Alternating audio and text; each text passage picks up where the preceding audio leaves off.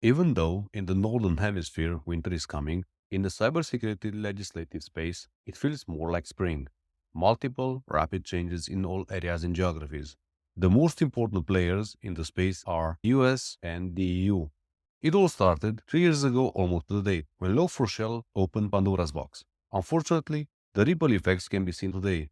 If in 2020 a third of the Log4j downloads contained a vulnerable version, the percentage today the percentage decreased to a fifth.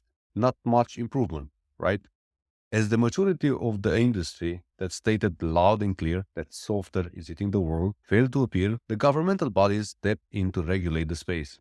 Multiple legislative acts asked for improved cybersecurity of software. In the US, CISA and National Telecommunication and Information Administration were mandated to find a solution. This is how software labeling came on stage. Software bills of materials, SBOMs, are those labels that we need to stick on our delivered software packages. I am thinking about this for a long time. How should it happen? For now, at least in the Java ecosystem, there is no way of delivering the label together with the package, the jar in this case. It usually is an external file that I need to keep together, or maybe wrap in the archive. The complexity is even more than that. What happens with the transitive dependencies? How big will the file be? How much information do I need to have? And how does this get to the end consumer? If I am a user of Android, how can I read the label of the operating system? If I am an iOS user, how can I read the label of the operating system?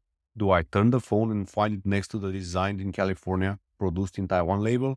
To talk about the maturity model at this point is very, very premature. To develop maturity models, you need to have at least a couple of iterations that would allow us to draw some conclusions. Or at this point, the only software product that I use and has something close to what libraries were used is Slack, but still a long way to go. Don't get me wrong, it is useful to have some kind of checklist that acts as a recipe, but that cannot be called a maturity model. Olimpiu Pop stated his opinion from Transylvania, Romania. For extra opinions and resources, 505updates.com is the place to go.